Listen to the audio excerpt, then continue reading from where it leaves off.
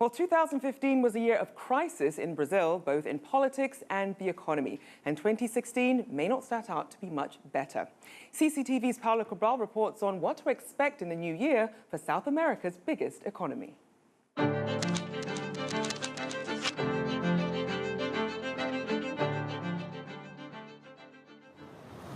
This is the Paulista Avenue, São Paulo's financial district and a popular spot for political demonstrations in Brazil's biggest city.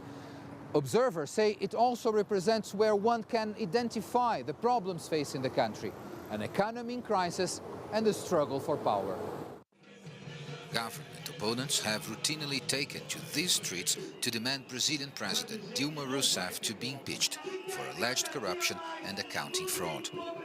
On other days, members of trade unions, social movements and leftist militants come here to show their support for Brazil's governing Workers' Party.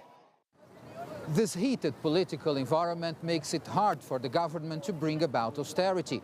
Proposed expenses cuts and tax hikes have been moving slowly in Parliament, held back by tough negotiations and bitter disputes with opponents.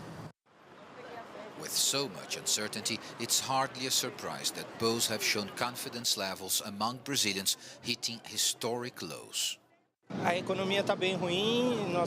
The economic situation is really bad. There is a steep rise in unemployment because of wrong decisions made by our government. Everywhere I go, I hear people saying they're trying to save their money and afraid of new taxes authorities may come up with. Things are terrible, and I think it's going to get worse. I heard forecasts that it would improve in 2016, but I don't think so. I think next year will be hard. The low popularity ratings for President Rousseff make it harder for her to find support to reverse the economic slowdown, which further undermines her credibility.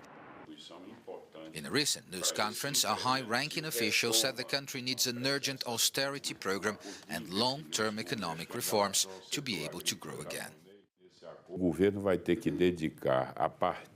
We need to have this impeachment process sorted in Parliament so the government can go back to work. And once it's all over, we'll be able to focus our energies again to lead the country towards these reforms. President Rousseff ends the first year of her second term in office with the opposition battling for her impeachment and an economic forecast pointing downwards.